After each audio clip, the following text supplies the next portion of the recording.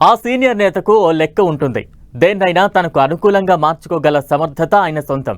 సాధారణ కార్యకర్త స్థాయి నుంచి రాష్ట్ర స్థాయిలో ఉన్నత పదవులను అధిష్ఠించిన ఆయన అడుగులు ఎవరికీ అంతుచిక్కవు. ఉన్నది ఉన్నట్లే చెబుతారు, కానీ అందులో ఏదో మతలబు పెడుతుంటారు. ఆ మతలబు ఏంటో ఎవరికి అర్థం కానట్లే ఉంటుంది, కానీ అర్థం అవ్వాల్సిన వారికి అర్థమయ్యేలానే ఉంటుంది. ఇప్పుడు అంతే. విశాఖ భూ కబ్జాలు, డ్రగ్స్ కంటైనర్పై ఆయన లేవనెత్తిన సందేహాలు ఎవరెవరికో గుచ్చుకుంటున్నాయట. మనోడు ఎందుకు ఇలా మాట్లాడాడు? మనల్ని ఇరికించాలనుకుంటున్నాడా?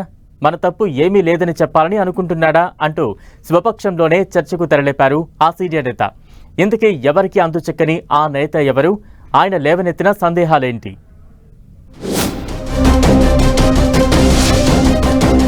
విశాఖ నగరంలోని భూ కబ్జాలు, డ్రగ్స్ కంటైనర్పై చర్చలకు డిమాండ్ చేస్తూ మాజీ మంత్రి, సీనియర్ నేత బొత్స సత్యనారాయణ చేసిన వ్యాఖ్యలు రాజకీయంగా ఆసక్తి రేపుతున్నాయి.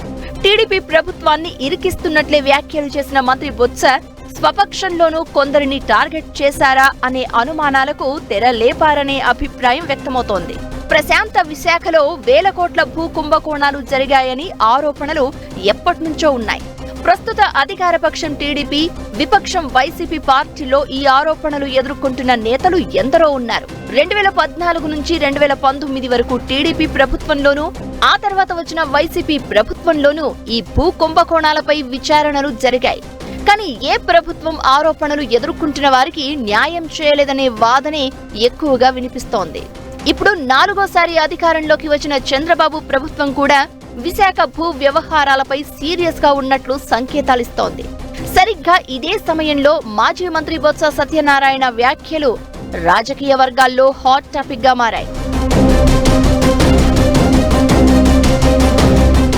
ఎన్నికల ముందు విశాఖకు వచ్చిన డ్రగ్స్ కంటైనర్ లోగుట్టు బయటపెట్టాలని తాజాగా డిమాండ్ చేసిన బొత్స పనిలో పనిగా విశాఖలో భూ కుంభకోణాలపైన విచారణ జరపాలని, చంద్రబాబు ప్రభుత్వానికి చేతనైతే చర్యలు తీసుకోవాలని డిమాండ్ చేశారు. చంద్రబాబు సీఎంగా ఉండగా గతంలో వేసిన సిట్ ఇచ్చిన నివేదికపై ఎందుకు చర్యలు తీసుకోలేదని నిలదీయడం ద్వారా ఆరోపణలు ఎదుర్కొంటున్న నేతలకు వెన్నులో వణుకు పుట్టించారు బొత్స. ఆయన వ్యాఖ్యలు ప్రభుత్వాన్ని ఇరకాటంలో పెట్టేలా ఉన్నప్పటికీ ప్రభుత్వం చర్యలు తీసుకోవడానికి మీనమేషాలు లెక్కిస్తుందనే సంకేతాలు ఇస్తున్నప్పటికీ ఆరోపణలు ఎదుర్కొంటున్న నేతల్లో ఎక్కువ మంది తమ పార్టీ వారే ఉండడమే పెద్ద చర్చకు దారితీసింది. బొత్స ఎందుకిలా మాట్లాడారు అనే సందేహాలకు తెరలేపింది.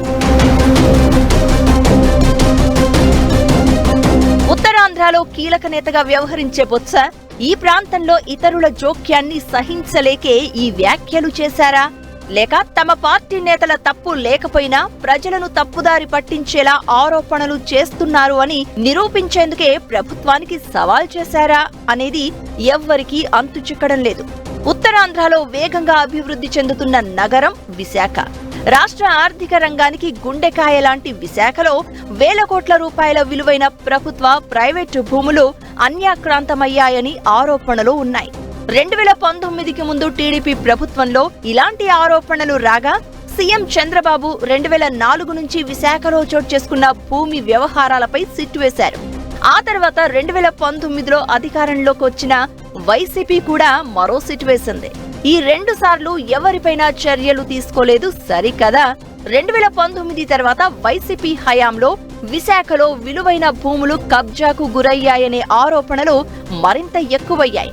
వైసీపీలో కీలక నేతలైన ఎంపీ విజయసాయి రెడ్డి, మాజీ ఎంపీ ఎంవివి సత్యనారాయణ వంటి వారిపై ఎన్నో విమర్శలు వినిపించాయి. భూ వ్యవహారాలపై ఎంపీ విజయసాయి రెడ్డి, మాజీ ఎంపీ ఎంవివి మధ్య వాగ్యుద్ధమే జరిగింది. ఇద్దరూ ఒకే పార్టీ వారైనప్పటికీ వేల కోట్ల రూపాయల భూ వ్యవహారంలో ఒకరిపై ఒకరు ఆరోపణలు, ప్రత్యారోపణలతో అగ్గి రాజేసేవారు. ఈ పరిస్థితుల్లో ప్రభుత్వం మారాక మాజీ మంత్రి బొత్స భూ అక్రమాలపై నిగ్గు తేల్చాలని ప్రభుత్వాన్ని డిమాండ్ చేయడం ప్రాధాన్యత సంతరించుకుంది అంటున్నారు.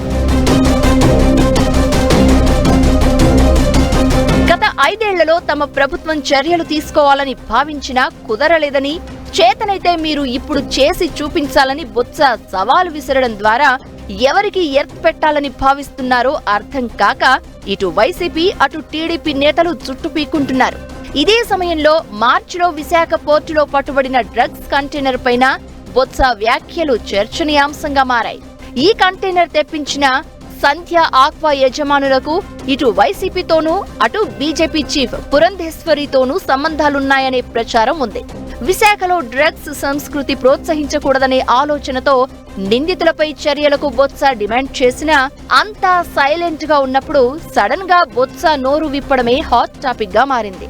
ఎన్నికల సమయంలో కంటైనర్ పట్టుబడడం వల్ల తమ పార్టీ ఎలాంటి చర్యలు తీసుకోలేకపోయిందని చెబుతున్న బొత్స అసలు దోషులు ఎవరో తేల్చాలని సిబిఐని గట్టిగా డిమాండ్ చేస్తున్నారు.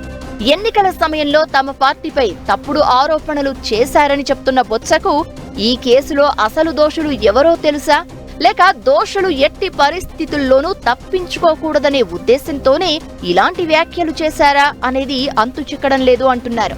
ఈ వ్యవహారంలో కొందరు వైసీపీ నేతలపైన ఆరోపణలు రావడంతో బొత్స అంతరంగం ఏమై ఉంటుందనే చర్చకు తావిస్తోంది.